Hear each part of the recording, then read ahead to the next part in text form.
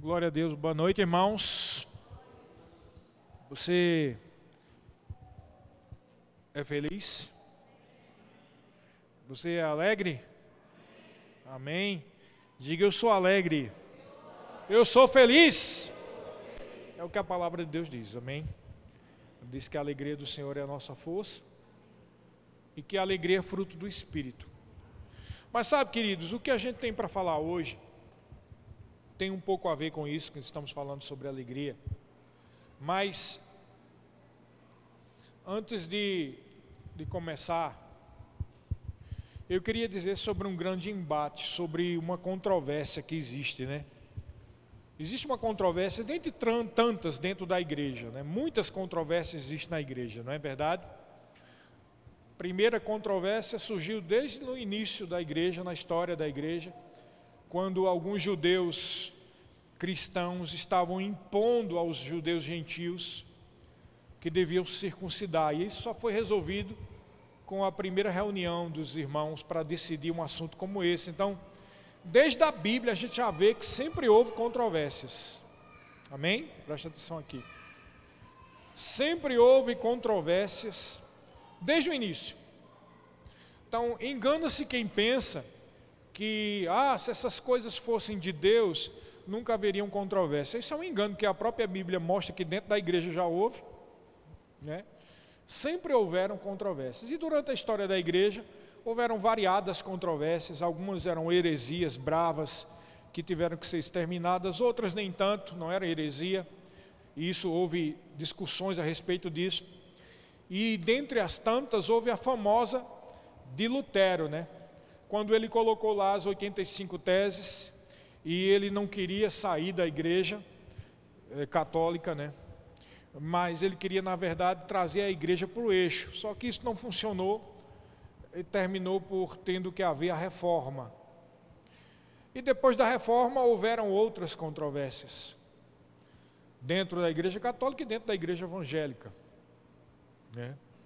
Houve uma controvérsia lá por 1700 e alguma coisa, porque até então, na igreja evangélica se acreditava que não necessitava de missões. Não se necessitava de fazer missões, porque havia muito forte o sentimento de predestinação. E acreditava-se que quem tinha sido predestinado para ser salvo, estava salvo. Quem foi predestinado para ser condenado, foi condenado, e não precisava que ninguém fosse evangelizar ninguém. Até que esse engano foi combatido, e por volta de 1700 e alguma coisa, na Morávia, alguns irmãos se levantaram e, com a ajuda de um duque lá da Alemanha, na Morávia, eles conseguiram fazer primeiro um impulso missionário na igreja evangélica. E depois houveram outras controvérsias de denominações, e depois houve o enchimento, o derramamento do Espírito Santo no início do século XX, e daí surgiram as igrejas pentecostais, e aí houve mais controvérsia, porque os irmãos que não acreditavam no mover do Espírito foram contra. Então, de maneira que sempre houve controvérsias na igreja. Mas tem uma controvérsia que tem a ver com essa questão do que nós cremos, da forma que nós cremos e da forma que os outros creem. E essa controvérsia eu preciso deixar bem claro, porque você precisa entender por que a gente prega e ensina assim. A controvérsia é a seguinte: pessoas em muitas igrejas, não só nas igrejas tradicionais, como também até algumas pentecostais, acreditam que, pelo fato do poder vir de Deus e o poder ser do Espírito Santo, Ele é quem determina se vai derramar ou se não vai derramar, na hora que Ele quer e do jeito que Ele quer. Nós acreditamos da mesma forma.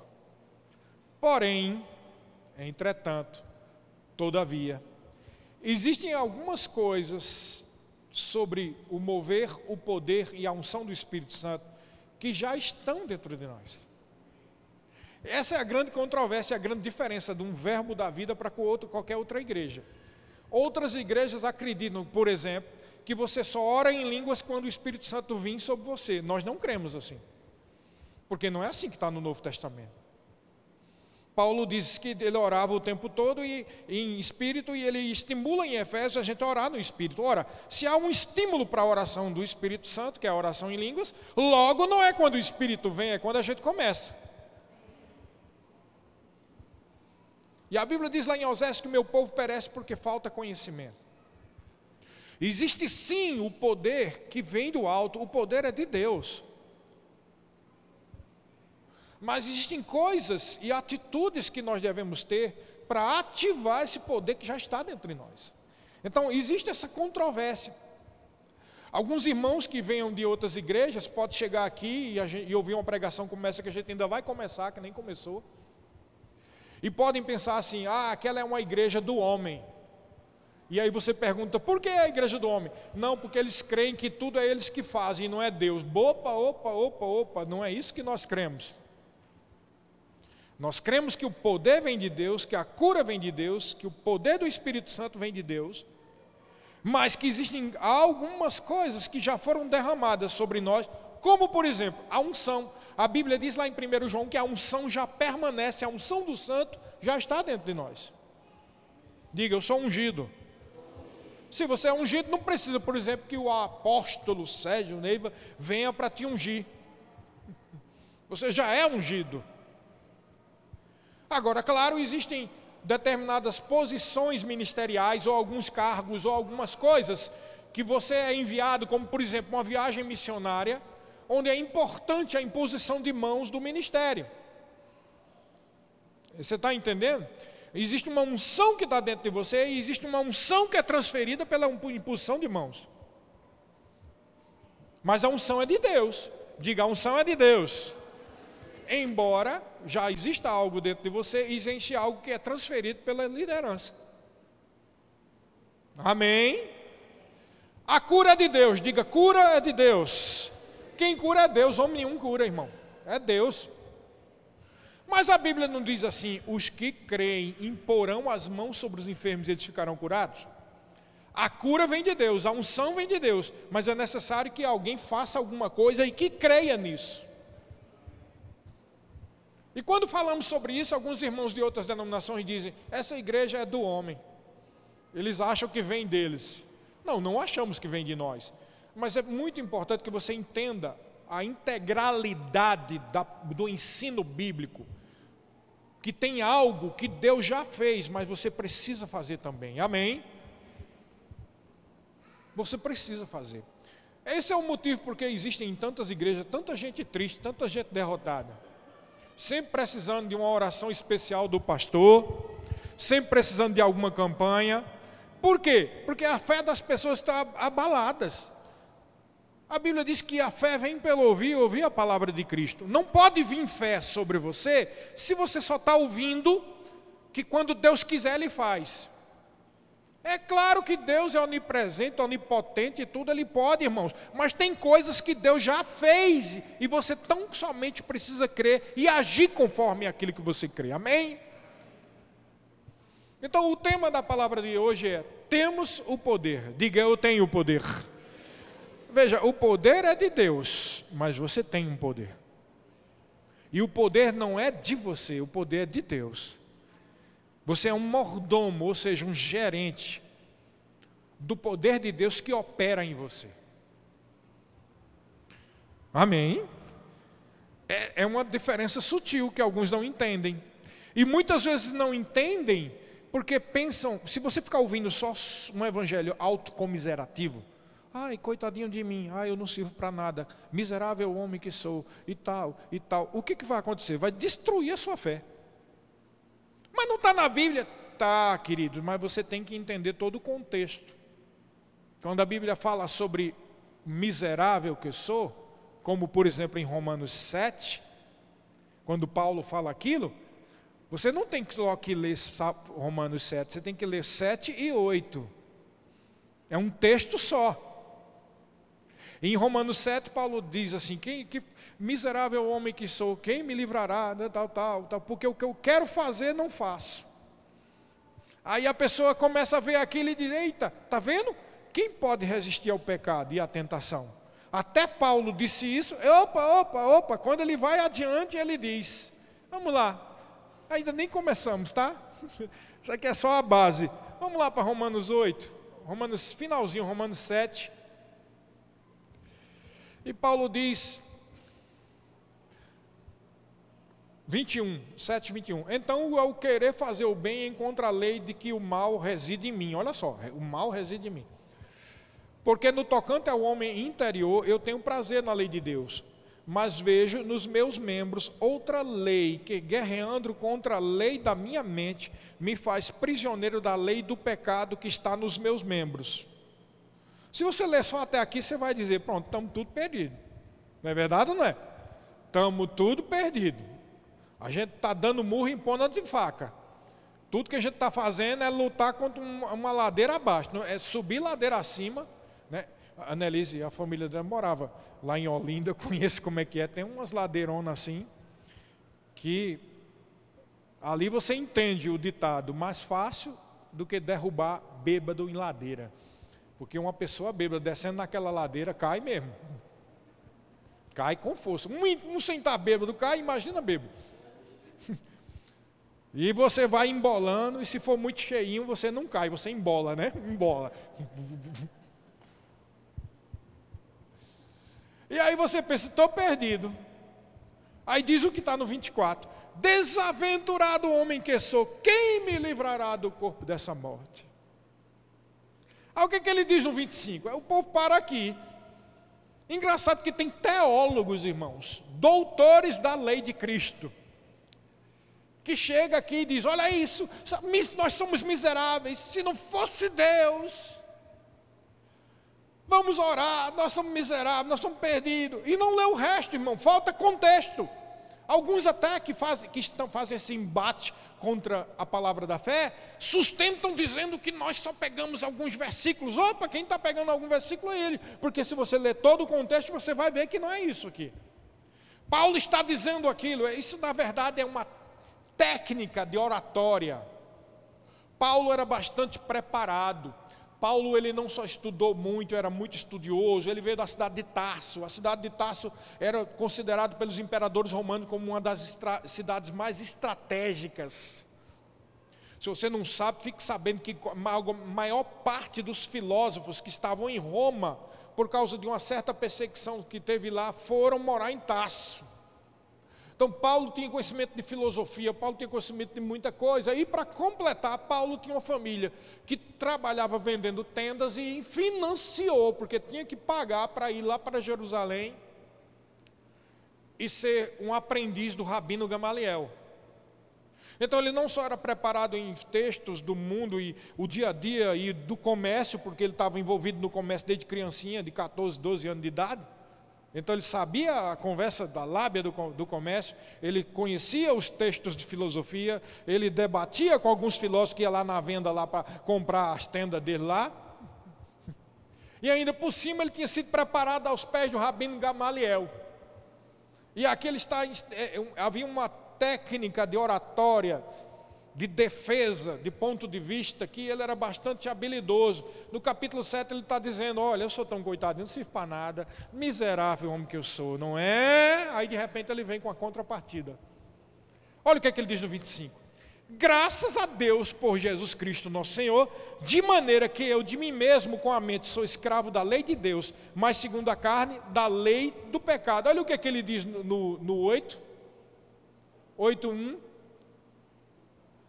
Agora, pois, não há nenhuma condenação para os que estão em Cristo Jesus. Se você está, aqui é a RA, a revista atualizada, bota a revista corrigida aqui. Nesse sentido, a corrigida está mais completa, porque é um texto recebido. Diz assim, agora nenhuma condenação para os que estão em Cristo Jesus, que não andam segundo a carne, mas segundo o Espírito. Ou seja, em Cristo você não é mais um desaventurado que não pode mais fazer nada. E ele diz no 2, porque a lei do Espírito de vida em Cristo Jesus me livrou, ou te livrou, da lei do pecado e da morte. Ou seja, a lei do Espírito é o que faz valer na sua vida. Amém?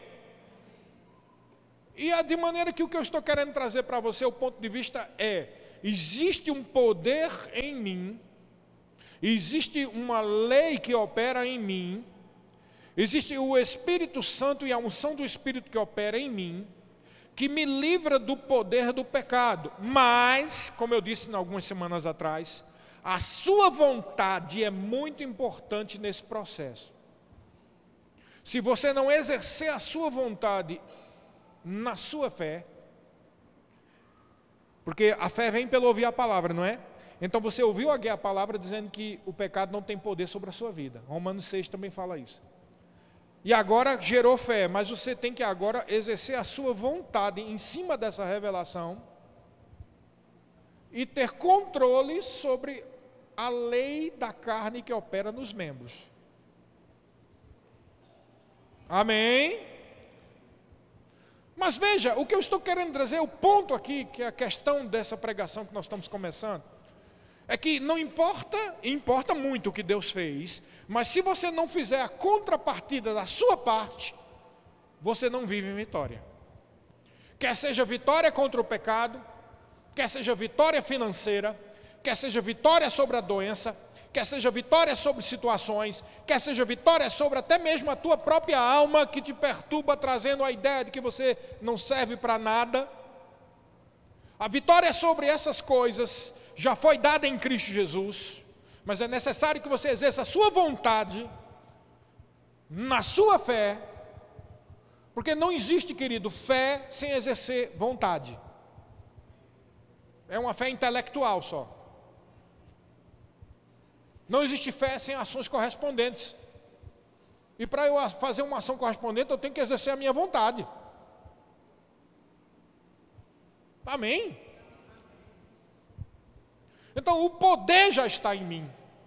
O poder já está em você. Diga comigo, o poder de Deus já opera em mim. Então vamos lá para o texto famoso de Efésios, capítulo 1. Agora sim, nós vamos começar. Capítulo 1, a partir do versículo 16 até o 20. Eu gosto desse. Para mim, esse é uma... Sinceramente, com todo respeito a todos os trechos que vocês amam da Bíblia, mas eu acredito que esse é o principal texto do Velho Testamento, do Novo Testamento. Porque esse trechinho aqui, do 16 até o 20, mostra e prova todo esse argumento aqui. E ele não só mostra e prova, como ele dá uma esperança, não só a fé, mas uma esperança de que há solução para o seu caso. Você sabia que há solução para o seu caso? Sei que tem alguns casos aqui que eu conheço, talvez eu não conheça o suficiente, e tem alguns casos que eu não conheço, mas uma coisa eu sei, que o diabo é o diabo, e ele continua sendo diabo. E o prazer dele é destruir a tua mente. Logo eu já sei que você às vezes passa por situações que acha que não tem solução. Não só por causa de um diagnóstico científico, médico, como talvez um diagnóstico financeiro da sua conta, ou talvez um diagnóstico psicológico, ou talvez um diagnóstico da sua própria vida, tudo que aconteceu na sua vida até hoje. A história da sua vida. Talvez o que você olha para a sua idade e veja, não, já perdi quase toda a minha vida. Não olha para essas limitações humanas, porque há solução para o seu caso. Veja bem esse versículo aqui, a partir do 16. Paulo está fazendo uma oração para a igreja dos Efésios. E ele diz, eu não cesso de dar graças por vós, fazendo menção de vós nas minhas orações. Agora, olha o teor da oração dele.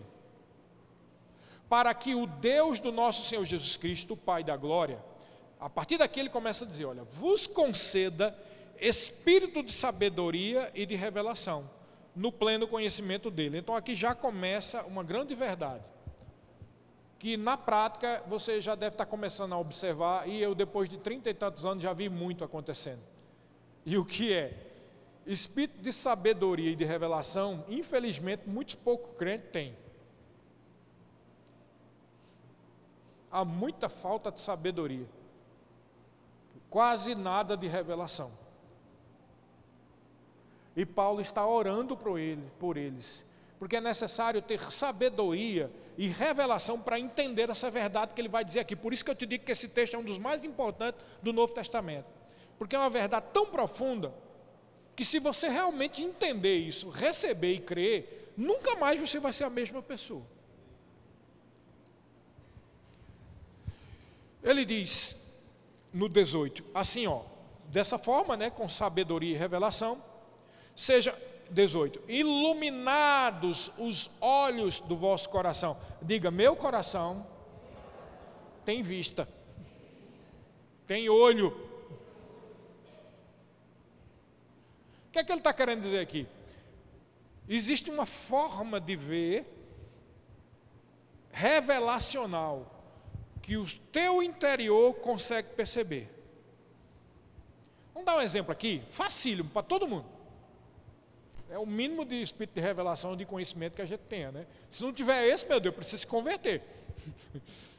Você chega num lugar e se senta para ouvir a palavra. De repente você percebe, Jesus está falando comigo. Meu Deus, é Deus que está falando. Isso é o quê? Uma percepção, olhos do coração que estão vendo algo que procede de Deus. Então, é o basicão, como diz por aqui, né? É o básico do espírito de revelação e de conhecimento. É aquilo que um cristão, quando nasce de novo, já recebe. Você consegue perceber quando uma palavra é de Deus ou é das trevas. Dá para perceber, não dá? Dá. E a pessoa aumenta mais esse espírito de revelação quando ele é batizado no Espírito Santo. E aí você começa a perceber, desculpa, vou ter que citar dessa forma, não estou citando nomes nem placas. Mas se você sai de uma igreja de fé e do batismo do Espírito e vai para uma igreja que não crê nisso, você percebe na hora se é uma palavra de Deus ou se não é. Você entra lá e é só aquele negócio morgado, morto. É aquela coisa parada. E você às vezes sai pior do que quando entrou. Por quê? Porque o nível de revelação e de conhecimento seu aumentou. Agora você não se conforma com um pratinho de papa. Você agora quer uma feijoada espiritual. É verdade ou não é isso? Então existem níveis de revelação e de entendimento que são dados a você. E quanto mais você se aprofunda em Deus, mais essa percepção é depositada sobre você. Está claro aqui, pessoal? Está claro? Então, para que a gente possa entender por que Paulo estava orando isso para eles. E aí ele diz que sejam iluminados os olhos do coração para saberdes qual é a esperança do seu chamamento.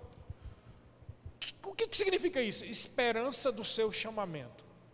Pastor, eu não entendo essa linguagem.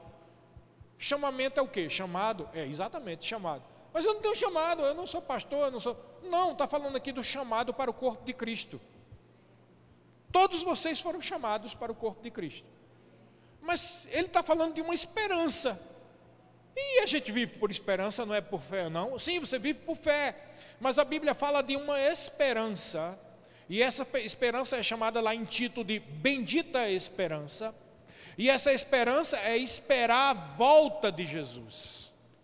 Então ele aqui está dizendo que quando você recebe certos níveis de revelação e de entendimento, você começa a desejar a volta de Jesus, porque a esperança do seu chamamento é ativada dentro de você. Amém? Está claro aqui? E aí ele continua, e olha outra revelação, qual a riqueza da glória da sua herança nos santos? Ele está querendo, pronto, a coisa começa a aprofundar aqui, é aqui onde muitos se perdem. Ele está dizendo, olha, você tem uma herança, você é filho de Deus. E essa herança é tão maravilhosa, mas tão maravilhosa, que você precisa perceber no seu espírito para poder viver em vitória. Amém? Então, se muitos crentes chegam na igreja, que dia ruim. Então, com certeza, não está vivendo segundo a revelação da grande herança que você tem no meio dos santos. Porque quando nós sabemos quem nós somos e que herança nós temos, nós não vamos dar lugar para tristeza, para decepção, para tudo que não presta. Porque quando isso vier, você vai se levantar: epa, eu sou filho de Deus, sou filha de Deus, eu não vou viver segundo o curso desse mundo. Meu Redentor vive. Amém? Mas isso tem que ser ativado, é aí onde entra a vontade, a sua vontade. Queridos, eu vou dizer uma coisa para você. Uma vez eu estava alguém aqui sabe o que é um barreiro? O pessoal do Nordeste sabe. Barreiro é o nome no Nordeste que se dá a um pequeno açude. Sabe aqueles açudes que tem chácara, que é bem pequenininho, o tamanho desse terreno aqui? E tem uns maiorzinhos, né?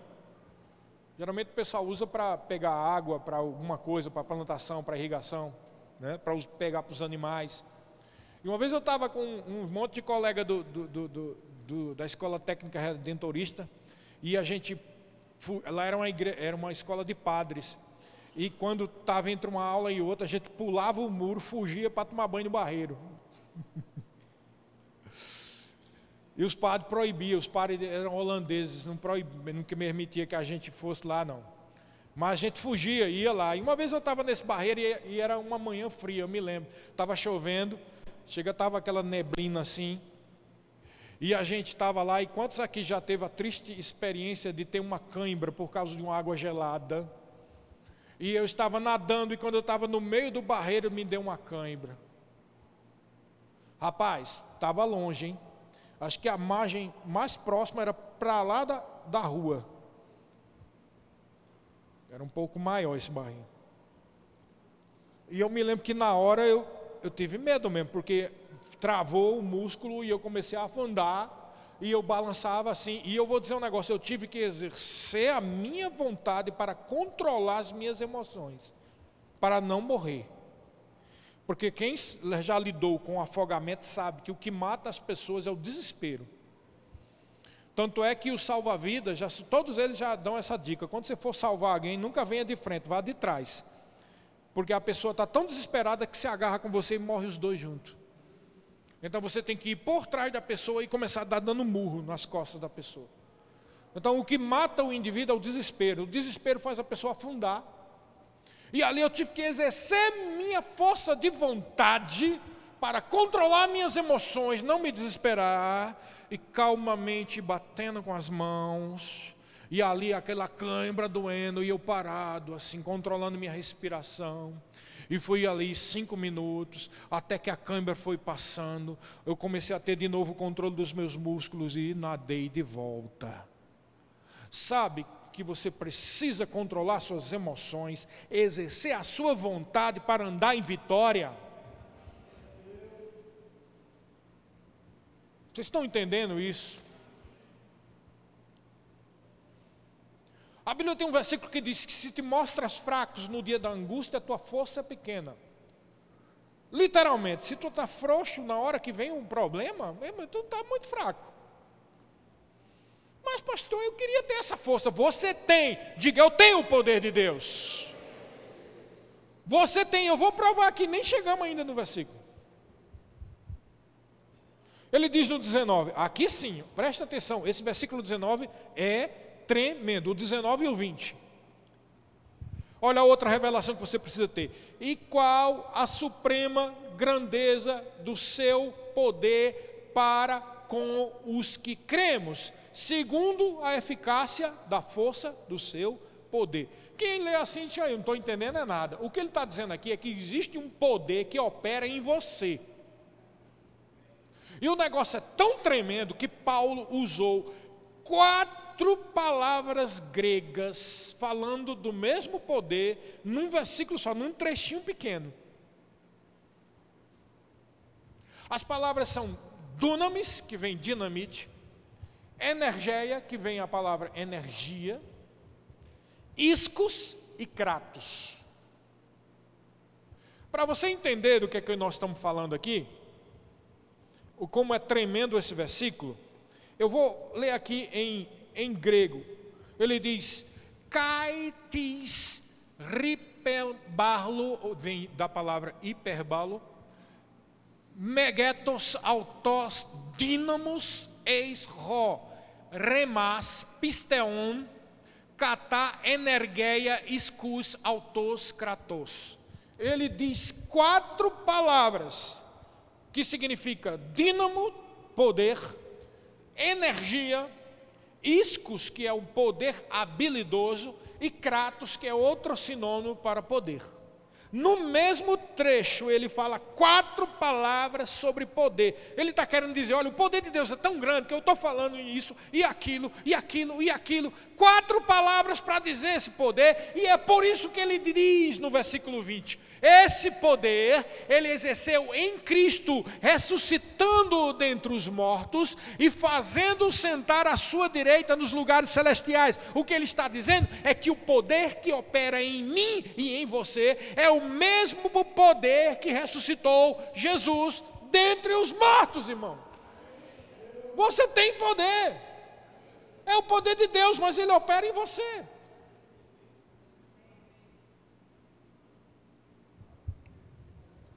Para você ter ideia, vamos ler outro texto de Paulo aqui em Filipenses capítulo 3, versículo 20 e 21, que ele cita de novo algumas dessas palavras.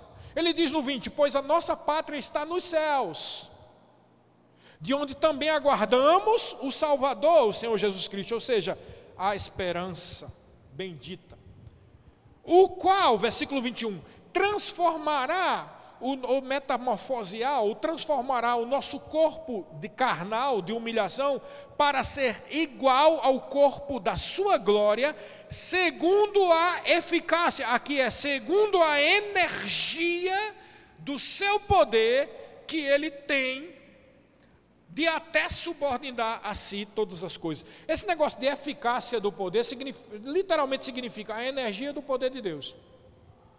O choque, a eletricidade. Amém?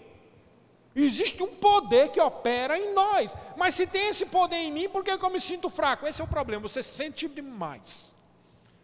O problema com o crente é sentir demais. Porque se você viver segundo o seu sentimento, você vai sofrer bastante. Sentir não é errado, irmão, mas viver segundo o sentimento vai ser prejudicial para a sua vida. Todo mundo aqui já deve ter tido algumas decepções na vida, né? De amizades, de amores, de família, de amigos. Não é verdade ou não? E por que você tem essas decepções? Porque você estava dando muita importância àquele sentimento. E não é errado ter sentimentos, mas o que é errado é priorizar ou dar importância ou ser o leme da sua vida, os sentimentos. E tem gente que entra numa igreja como essa, e porque não está vendo um retreté, talvez agora, eu estou ensinando, né? Não estou vendo, vocês não estão vendo fazendo um aqui agora assim. Aí a pessoa entra e diz assim, não sinto Deus nessa igreja. Esse é o problema. Vive à mercê dos sentimentos. E querido, para você viver em vitória, você tem que entender que a sua vontade, em cima da sua fé, de algo claro que está definido na palavra, é quem vai operar o verdadeiro metamorfose, a verdadeira mudança na sua vida.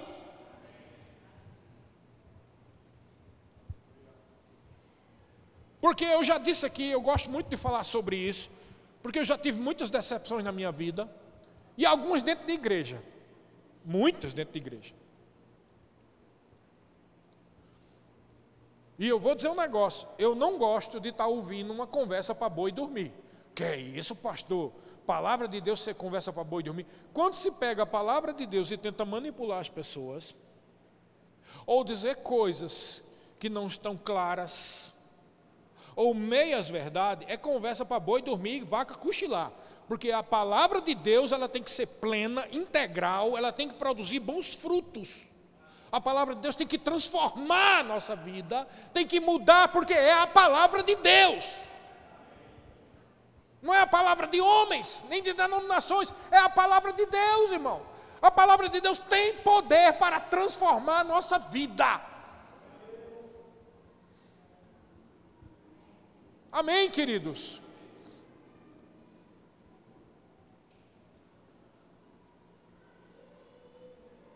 Mas você precisa ser claro, eu sou honesto com vocês. Eu preciso ser honesto para vocês. O que vai mudar na sua vida, veja, eu não sou contra mover do Espírito, muito pelo contrário, eu creio, nós cremos aqui. Eu não sou contra profecia, muito pelo contrário, às vezes Deus me usa até em profecia. Eu não sou contra a imposição de mãos, não, eu creio na imposição de mãos. Mas o que vai mudar a sua vida não é o sonho de alguém, nem a profecia de alguém, nem a imposição de alguém, de mãos de alguém. Embora isso tudo seja verdade, o que muda a sua vida é a decisão que você toma de exercer a sua vontade segundo aquilo que é da palavra de Deus.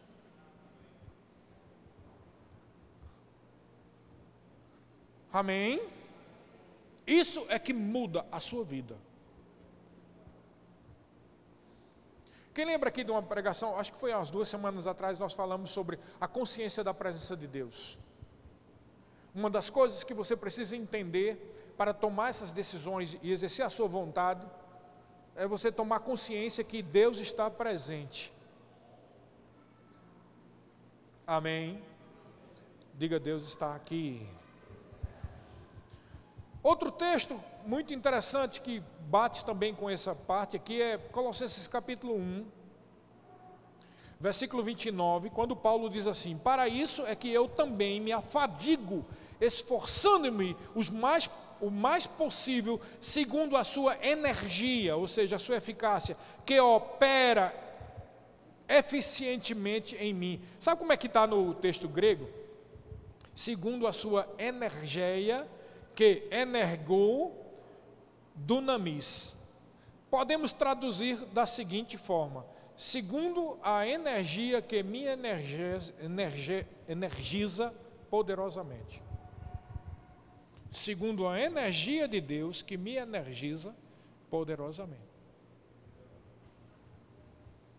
Você entendeu o que é que ele diz? Eu estou me afadigando, eu estou fazendo algo, mas eu faço algo porque eu sei que existe uma energia que vem do poder de Deus e que me dá forças para continuar. Guarda bem essa informação aqui. Existe uma energia, diga comigo, existe uma energia do poder de Deus que opera em mim. Diga de novo, existe uma energia do poder de Deus que opera em mim. Diga a terceira vez, diz, existe uma energia do poder de Deus que opera em mim. É muito importante isso para você entender o que é que Paulo disse. Em 2 Coríntios capítulo 12, vamos lá.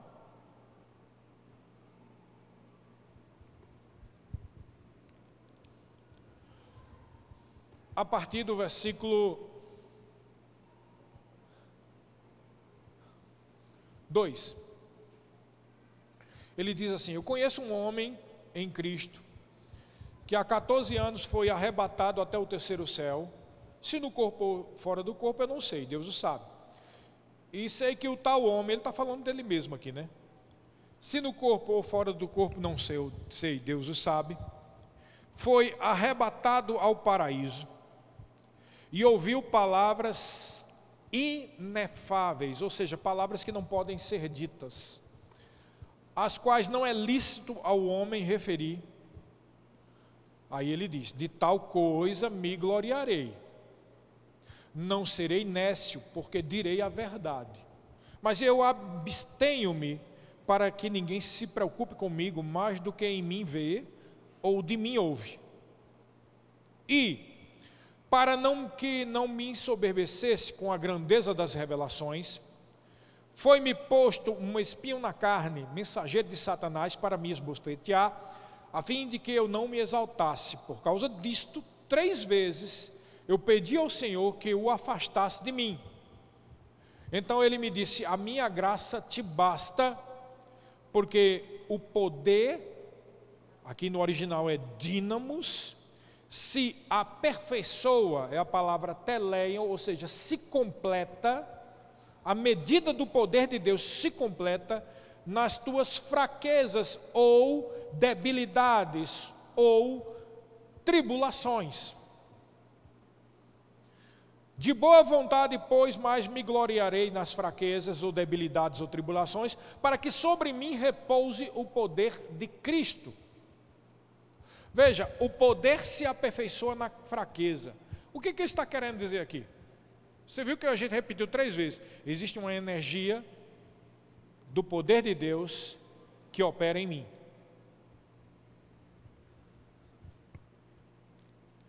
E é por isso que Jesus Cristo disse, a minha graça te basta. Por que ele disse a minha graça te basta? Porque graça, irmão, presta atenção, graça é uma capacitação de Deus, que você não merecia, mas Ele te deu gratuitamente. Ele está dizendo, olha, basta você ser capacitado por mim mesmo, pela minha própria bondade. Porque quando você está numa tribulação, a energia do meu poder vem sobre você para te capacitar.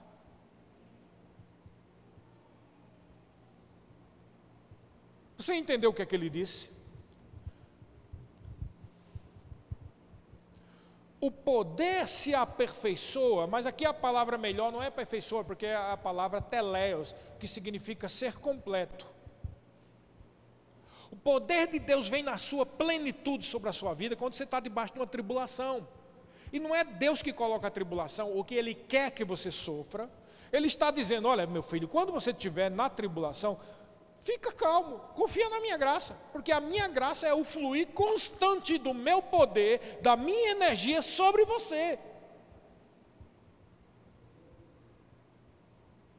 Mas eu sei o que é que está passando dentro de você. Você pensa, pastor, eu queria ter paz.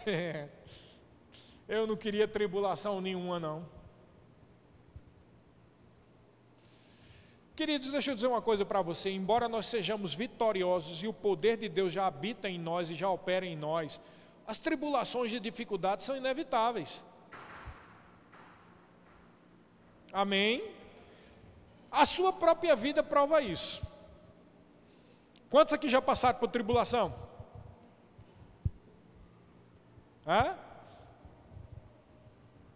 O problema que está acontecendo hoje é que esse negócio de Facebook e Instagram faz a gente sempre ver os outros como se a grama do outro sempre é mais verde. Já viu isso? Então você está lá no Instagram, aí você vê alguém que é conhecido teu que está na praia, lá no Nordeste, né? Aí tirando as férias merecidas, lá não sei aonde, aí tome praia boa, e você fica dizendo, meu Deus do céu, né? Não tenho nada, irmão, pode ficar bem, mas eu bem que merecia também uma praiazinha dessa. E você fica pensando assim, a grama dele está mais verde que a minha.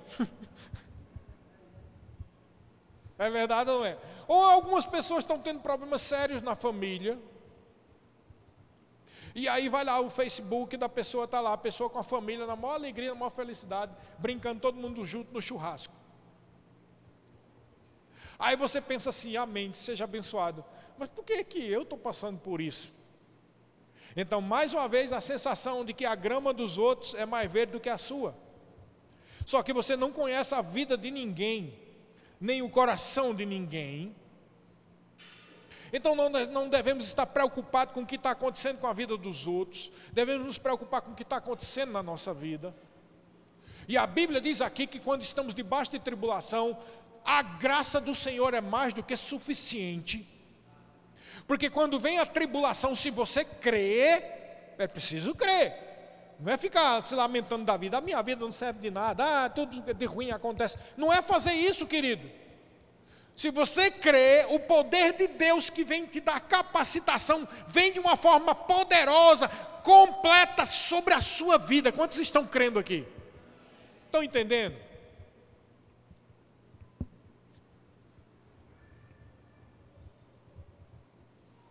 Quando Jesus falou comigo isso aqui, eu já falei isso aqui, né? Foi a única vez que eu ouvi a voz dele. Claro que eu sempre ouço a voz dele todos os dias, né? Mas ouvi mesmo. Ele me disse isso, eu esperando que ele dissesse comigo, ó, servo bom, eu estou contigo, eu te amo. Mas eu não tinha entendido o que significava isso.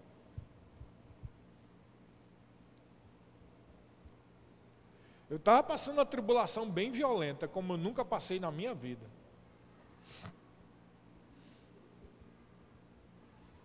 Todos aqui já ouviram essa história, né?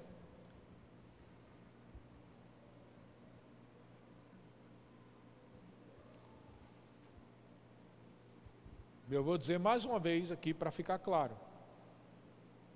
Eu preciso dizer. Eu me casei com a Fabiana e temos essa família maravilhosa. Eu me casei com ela em 96. 7. Eu conheci Fabiana em 96. Conheci Fabiana em 96 e me casei em 97. Mas eu já fui casado uma primeira vez.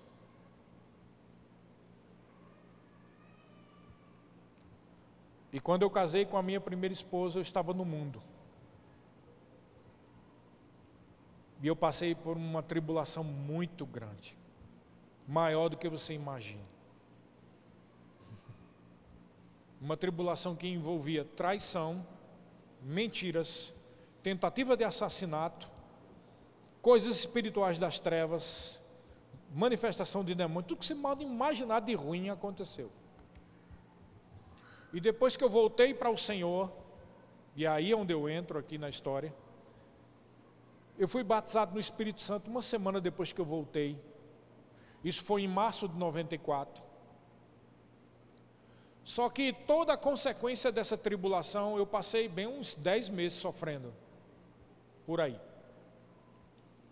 E teve uma hora que eu estava tão desesperado, eu já não estava aguentando mais. E em oração, eu disse isso: Pai, eu sei que eu estava longe de Ti e tal, mas por que isso aconteceu comigo? Essa é uma coisa que você precisa entender. Às vezes vem isso na mente da gente, na sua mente. Eu precisava perder meu parente, eu precisava ter aquela doença, eu precisava ter aquele problema. Você fica se perguntando. Mas a questão não é se você precisava, querido. Tribulações vêm para todo mundo. Amém.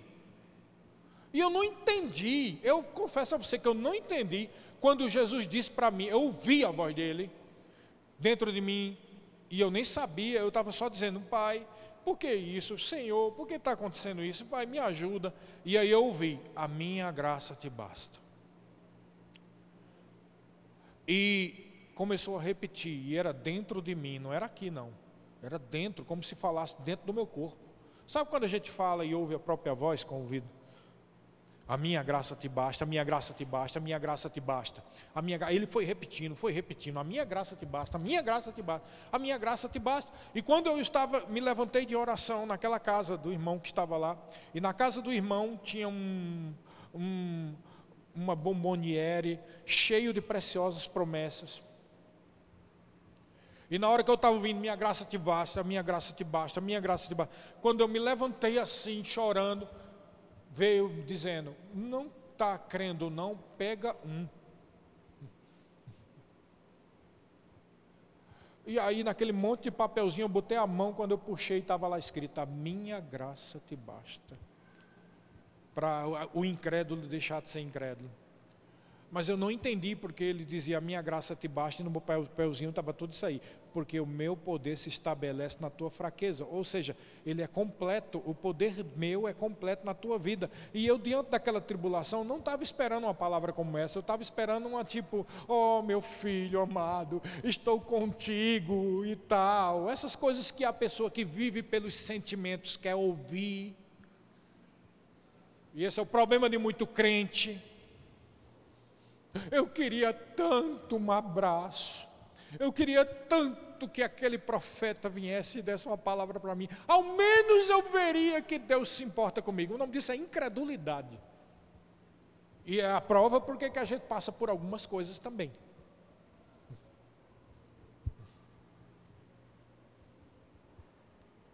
E eu vou te dizer uma coisa para você: eu nunca tive tanto poder na minha vida operando como naquela época. Eu pregava num canto, o gente era curado só ouvindo a pregação. Eu evangelizava, a pessoa se salvava. Em todo canto que eu ia, eu era a luz, como eu sou hoje, mas naquela época era a plenitude do poder. Porque a graça de Deus, ela vem poderosa. Amém. O poder, a energia de Deus vem forte quando você está confiando só nele.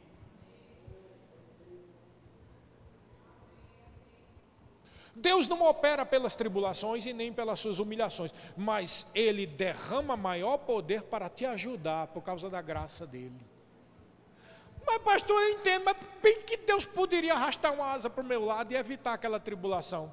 Irmão, e você é melhor do que quem? Você é melhor do que Paulo, você é melhor do que Jesus, você é melhor do que Pedro, você é melhor do que todo mundo? Não é. E a verdade é que quanto mais tribulações vêm na vida de um cristão, é a maior prova que o diabo está mais preocupado com ele ou com ela.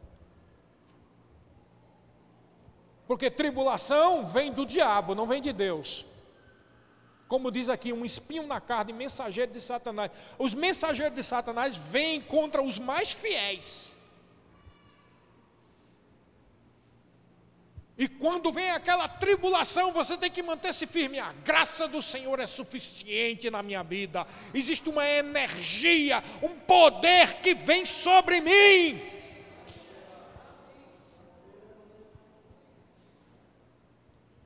Amém, queridos? O poder opera na sua vida.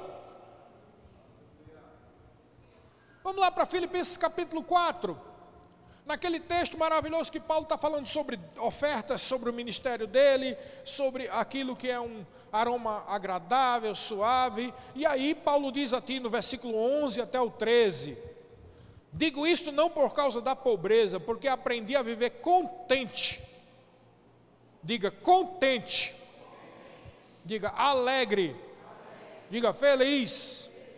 Aprendi a viver contente em toda e qualquer situação. Tanto sei estar humilhado, como também ser honrado. De tudo e em todas as circunstâncias eu já tenho experiência. Tanto da fartura como da necessidade. Assim da abundância como da escassez. Aí o que ele diz no 13? Olha só. Tudo posso naquele que me fortalece. A palavra fortalece é endunamou. Vem de dínamos. Tudo posso naquele que me dá o poder, naquele que me dá a energia. Em outras palavras, presta atenção, isso aqui completa aquilo que ele disse lá em Coríntios. Quando Jesus disse para ele, a minha graça te basta porque o meu poder se estabelece, ou se fortalece, ou completa nas tuas fraquezas. Aí ele diz, eu vou ter alegria na minha fraqueza, porque quando eu sou fraco, aí é que eu sou forte. Aí ele que está dizendo, eu aprendi a viver contente, sabe quando é? Porque em tudo posso naquele que me derrama o poder. Então não é o exterior, diga comigo, não é o meu exterior. Diga crendo, diga, não é o meu exterior, nem o que acontece comigo, que tem poder de definir o meu futuro. Nada, nem ninguém, nenhuma situação tem poder para mudar o seu futuro, só se você deixar. Pronto, é nessa hora que o irmão de uma igreja tradicional entra e diz, esse evangelho é do homem. Cadê Deus? E a soberania de Deus? Irmão, da sua soberania e na sua boa vontade, Ele deu Jesus.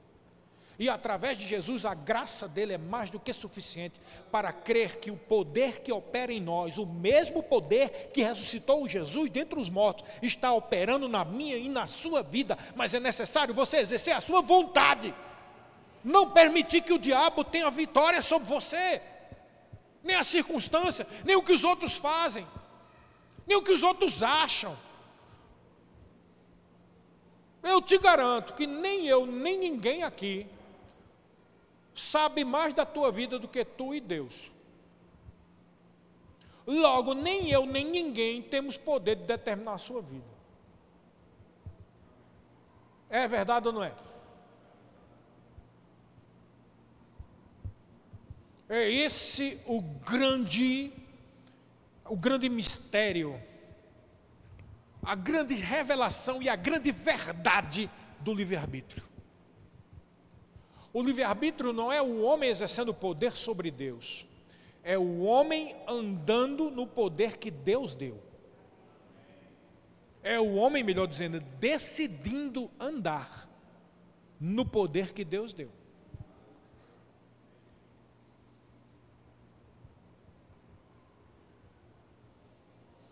De maneira que o Espírito Santo, ele está falando para você. Quantos aqui estão recebendo algo da parte de Deus aqui? Mas presta atenção, o Espírito Santo, como dizia aquela musiquinha, quem está batendo na portinha do seu coração? Ou como disse o Senhor Jesus, lá em Apocalipse capítulo 3, versículo 20, eis que estou à porta e bato. Se alguém ouvir a minha voz, abrir a porta, eu entrarei e cearei com eles. Então, todos os dias o Espírito Santo está falando com você, e Ele está falando agora com você. Mas se você fechar o seu coração, veja, mesmo o Espírito Santo não consegue abrir um coração fechado. A maior verdade do livre-arbítrio é essa. Se não existisse livre-arbítrio, você não poderia, tudo que você ouvisse de Deus, você já se convertia. Mas não se converte muitas vezes por quê? Porque a pessoa fecha o coração. Ah, não aceito, não é bem assim. Acho que esse pastor está exagerando. Se ficar pensando desse jeito, a porta do coração se fecha e o Espírito Santo e nem Deus consegue entrar. Então a sua vontade é muito importante no processo da manifestação do milagre, do poder de Deus e da vontade de Deus.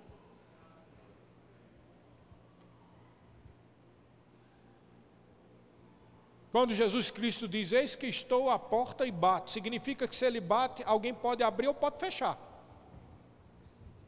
Porque se ele fosse do jeito que o povo diz, tão soberano que o que ele faz mesmo e ninguém impede, ele não precisava nem bater, ele arrombava era a porta.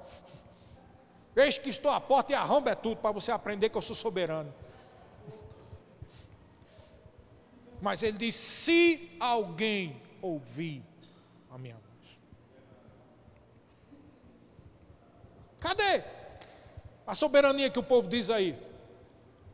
É claro que Deus é soberano, irmãos, mas Ele deu para você e dotou você do poder de decisão e de escolha, de exercer a sua vontade. Você entendeu? Existe um poder operando em você. Em Efésios capítulo 3, versículo 16, vamos lá, diz assim, para que segundo a riqueza da sua glória vos conceda que sejais fortalecidos ou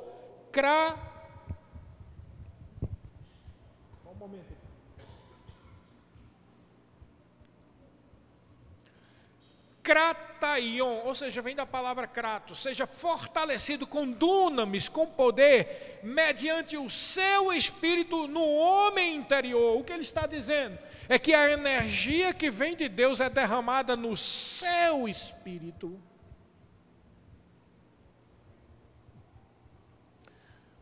De uma forma clara e prática, para todo mundo entender mais ainda. O que está sendo dito aqui da palavra de Deus está produzindo a energia de Deus no seu espírito. Sabe por que você sente assim esses arroubos, né? Amém. É isso mesmo. Por que você acha que vem isso? Como é que se processa isso? Energia de Deus que vem para o seu espírito confirmando que a palavra é dele. E não é de homens. E aí você, amém, é isso, aleluia, isso mesmo. Por que você faz isso? Porque a energia de Deus veio sobre o seu espírito.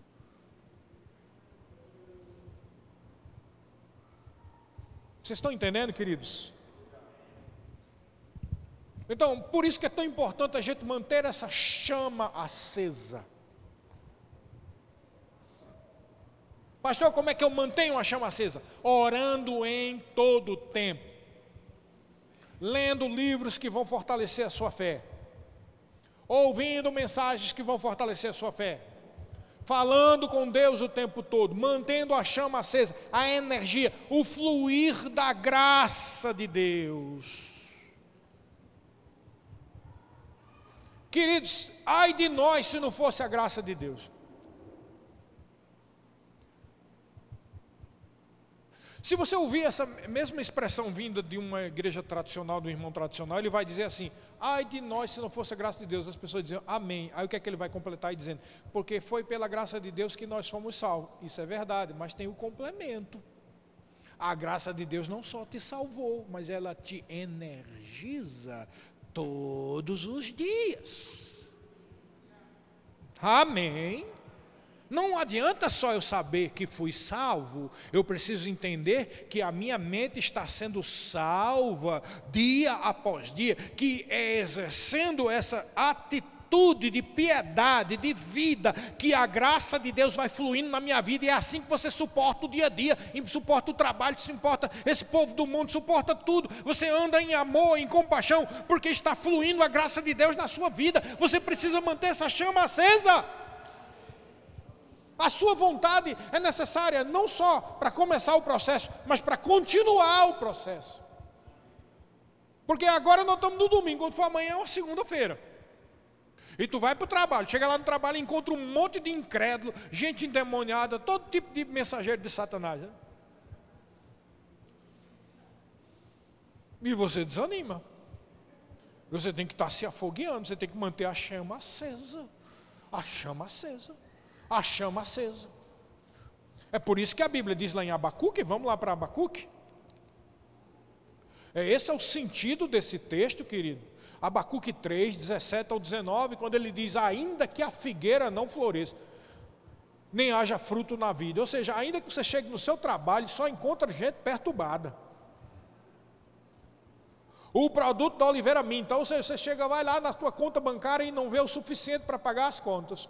Os campos não produzem mantimento, ou seja, não aparece nenhum cliente no seu negócio. As ovelhas sejam arrebatadas, ainda tem alguém que vem dizer uma notícia ruim para você. E nos currais não haja gado. Todavia eu me alegro, diga, eu devo me alegrar. Lembra que Paulo disse: eu vou me alegrar nas minhas tribulações, porque quando eu sou fraco, aí é que eu sou forte. Eu me alegro no Senhor e exulto no Deus da minha salvação. O Senhor Deus é a minha fortaleza, ou seja, a fonte do poder, de energia. E faz os meus pés como da corça e me faz andar altaneiramente. O que ele está querendo dizer? Ele me faz andar com a cabeça levantada. Não é de orgulho achando os outros inferior, não. É com a cabeça levantada, porque o diabo quer que você fique com a cabeça para baixo. Você sabia que todo dia que você sai para o trabalho, para a escola, para qualquer lugar, o diabo fica querendo dizer: submeta-se à minha vontade, baixa a cabeça. É isso que ele diz para você. De onde tu acha que vem aqueles pensamentos? Ai meu Deus, mais uma segunda-feira. Ou aqueles pensamentos: meu Deus, encontrar aquele chefe. Meu pai, encontrar aquele cliente ruim daquele jeito. Meu Senhor, me ajuda a encontrar aqueles alunos preguiçosos. Encontrar aquele professor chato, de viés esquerdista. Meu Deus, encontrar aquela pessoa, ir naquele lugar, fazer tal viagem. Meu Deus, meu Deus, meu... De onde tu acha que vem esse pensamento? É o diabo dizendo: submeta-se à minha vontade, baixa a cabeça. Mas aqui está dizendo: eu vou me alegrar em Deus. Ele me faz andar com os pés da ligeireza de uma corça, e me faz andar com a cabeça elevada, altaneira. Eu não vou me submeter ao sistema desse mundo, eu não vou me submeter às circunstâncias dessa vida, eu não vou me submeter às obras de Satanás, eu não vou me submeter à tristeza.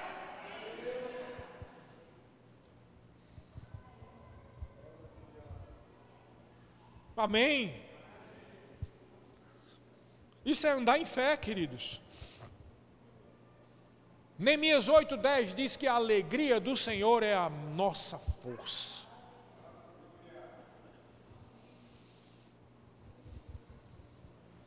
Mas para eu andar em alegria, eu tenho que exercer a minha vontade. E aí é onde a gente entra no porquê que você talvez tenha ouvido algumas pregações do Verbo da Vida, e até mesmo do pastor Bud, e até tem um livro dele ali que é chamado Ha, Ha, Ha, Ha, né? E aí alguns irmãos, né, mais religiosos, começam a assistir aquele vídeo, Aí o pastor Bud ou alguém diga ha, ha, ha, ha. Aí o povo, ha, ha, ha, ha. Aí quem está de fora diz, isso é coisa da mente. Isso aí não é poder de Deus, não. Isso é uma heresia. Queridos, a tua vontade é muito importante no processo de andar em alegria. É por isso que o irmão Reagan diz que você começa na carne e depois termina no espírito. Aí o cara que não entende chega e diz, é carne? Eu pensei que as coisas eram pelo espírito. Irmão, a tua mente está envolta no sistema carnal. E esse sistema carnal onde o diabo opera está dizendo, fique triste, fique abatido. Então é melhor você se levantar e fazer ha, diabo mesmo. O diabo queria te matar e você ha, diabo, você não vai me matar. E aí o diabo disse, você está fazendo papel de besta. Eu digo, diabo, se é besteira, ao menos eu estou fazendo para o Senhor. E tu aí que está perdendo teu tempo, querendo derrotar aquele que já foi vitorioso. Diabo, você não merece a minha tristeza. Eu não vou derramar nenhuma lágrima para você recolher nos quintos dos infernos, não.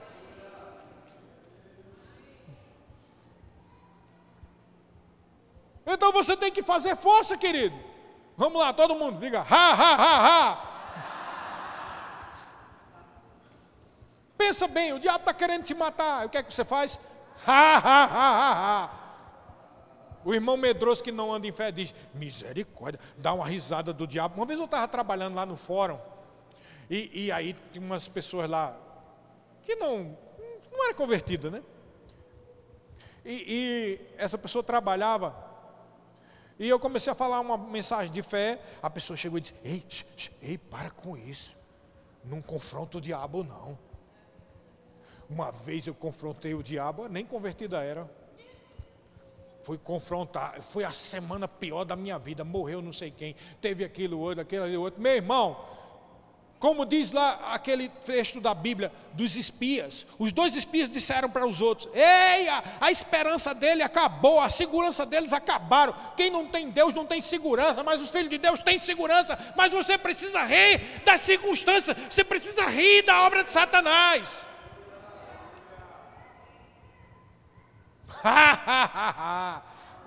O diabo diz, eu vou matar você, e você dá uma risada da cara dele, você não vai matar coisa nenhuma, vou sim, não vai não. E quem é você maior do que eu? Não, meu Deus é maior do que você e toda a sua laia, todinha junto. Não tenha medo, querido, tem que levantar-se no espírito de Davi. Quem é esse incircunciso que se levanta contra os exércitos do Deus vivo? Ou seja, quem é esse que não tem aliança? Diga, eu tenho uma aliança com Deus.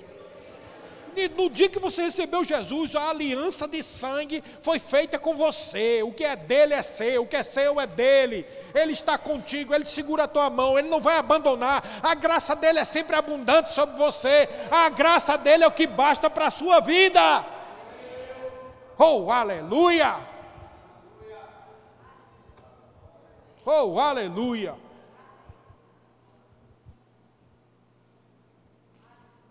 Para onde iremos nós, se só Jesus tem as palavras de vida? E as palavras de Jesus geram fé, não geram tristeza não.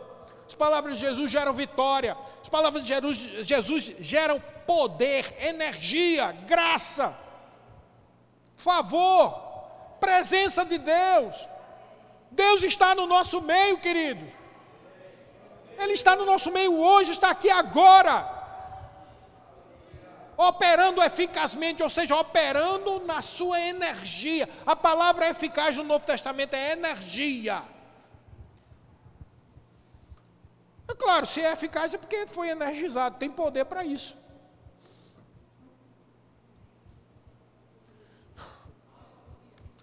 Oh, aleluia.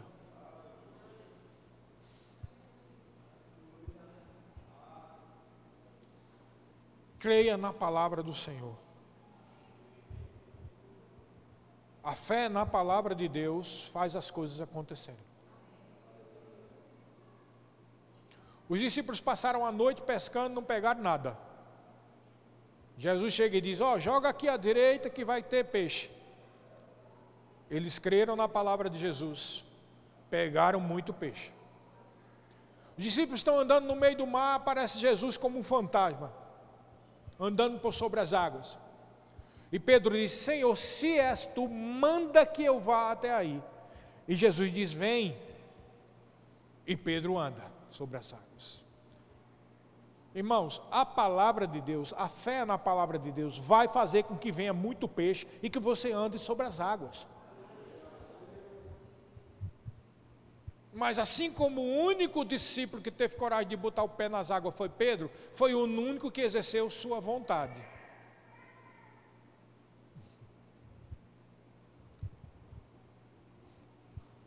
Decidiu e foi crer na palavra de Deus. Quantos aqui estão decididos e vão crer nessa palavra que foi dita aqui? Creia na palavra do Senhor.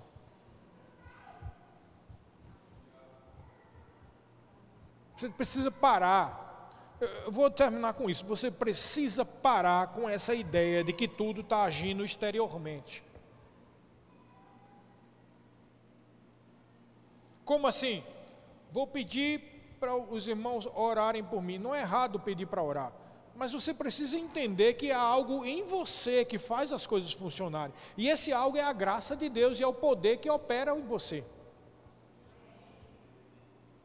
Porque essa ideia de sempre achar que vem tudo de fora, que é o pastor que ora, que é os outros que resolvem, faz com que você fique sem força, parado, sem exercer sua vontade. Irmão, Deus não faz acepção de pessoa. A irmã é igual a mim, é igual a ela. Todo mundo aqui é igual perante Deus. E se você recebeu Jesus como Senhor da sua vida, você tem o mesmo poder que ressuscitou Jesus dentre os mortos. Está em você, querido.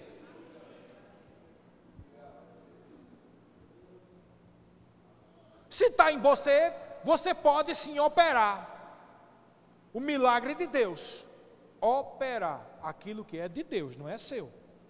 Amém?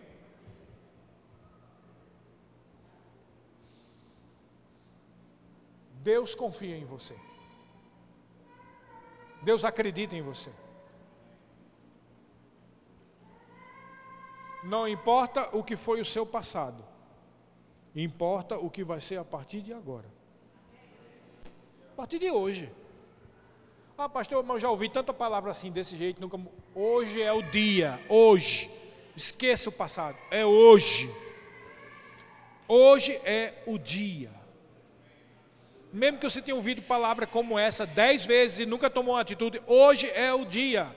Não importa os outros dias, importa hoje. Hoje é o dia da salvação. Hoje é o dia da mudança. Existe uma unção disponibilizada hoje. Existe uma graça que está operando hoje. Existe um poder que está sendo derramado sobre a sua vida agora. Ouvindo essa palavra, tome a decisão agora. Diga: eu nunca mais serei o mesmo. Eu me lembrei daquela música antiga, né, que o Diante do Trono cantava. Eu me lembro que era quando as meninas nasceram. Eu jamais serei o mesmo. A porta fechei, não volto atrás. A minha carreira completarei e eu jamais serei o mesmo. Pensa numa letra poderosa. Isso é para agora. Eu jamais serei o mesmo. A porta fechei e não volto atrás. A minha carreira eu vou completar. Eu completarei. Eu jamais serei o mesmo. E aí o diabo diz: quantas vezes você disse isso e nunca mudou? É nessa hora que você ri na cara do diabo. Diabo, você não sabe o que é isso. Vou completar a minha carreira? Sim. Vou completar os meus dias? Sim. Quando eu era mais jovem e comecei a conhecer essa palavra, o diabo dizia o tempo todo: você vai morrer cedo. Não vou morrer. E ele tentou me matar, me fez engolir um caco de vidro.